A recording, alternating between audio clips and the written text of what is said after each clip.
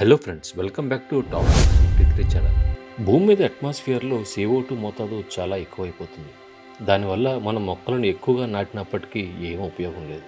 మొక్కలు పెరగడానికి CO2ని అబ్జర్వ్ చేసుకుంటాయి. అయితే ఎస్టిమేషన్స్ మనకి మరొక వాస్తవికతను చూపిస్తున్నాయి. భూమి మీద ప్రొడ్యూస్ అయ్యే CO2 మొత్తాన్ని అబ్జర్వ్ చేసుకోగల మొక్కలను నాటడానికి సరిపడా స్పేస్ ఈ భూమి మీద లేదు. భూమి క్లైమేట్ ప్రతి సంవత్సరం 3.6 డిగ్రీల ఫారెన్హీట్ వెచ్చదనం పెరుగుతుంది.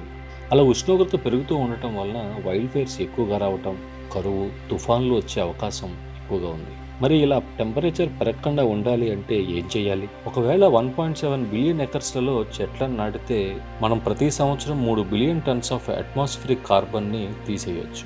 అయితే ఇది మనం తీయవలసిన కార్బన్లో 10% మాత్రమే. కనుక అన్ని చెట్లు నాటినంత మాత్రాన ఈ ప్రాబ్లం సాల్వ్ అవ్వదు. కానీ దానివల్ల కొంత మేలైతే జరుగుతుంది. 1.7 బిలియన్ ఎకర్స్ అంటే పక్కపక్కనే నాటుతూ వెళ్ళిన అమెరికా అంత స్థలం కావాలి. అంతటి ఏరియా అంటే ప్రపంచం అంతటా వ్యవసాయానికి వాడే నేలలో సగం. అంతేకాకుండా పాపులేషన్ పెరిగే కొద్దీ మనం ఫామ్ ల్యాండ్ పెంచుతూ ఉంటాం కదా, ఆ ల్యాండ్ కూడా కావాలి. మరొక మాటలో చెప్పాలి అంటే మనం కనుక అన్ని మొక్కలు నాటితే ఆకలితో అలమటించక తప్పదు. మరి మనం ఏం చేయాలి? సైంటిస్టులు దీని మీద చాలా సంవత్సరాలుగా పనిచేస్తూనే ఉన్నారు. ఒకటి మాత్రం క్లియర్, ఏం చేసినా అది ఎంత త్వరగా చేస్తే అంత మంచిది.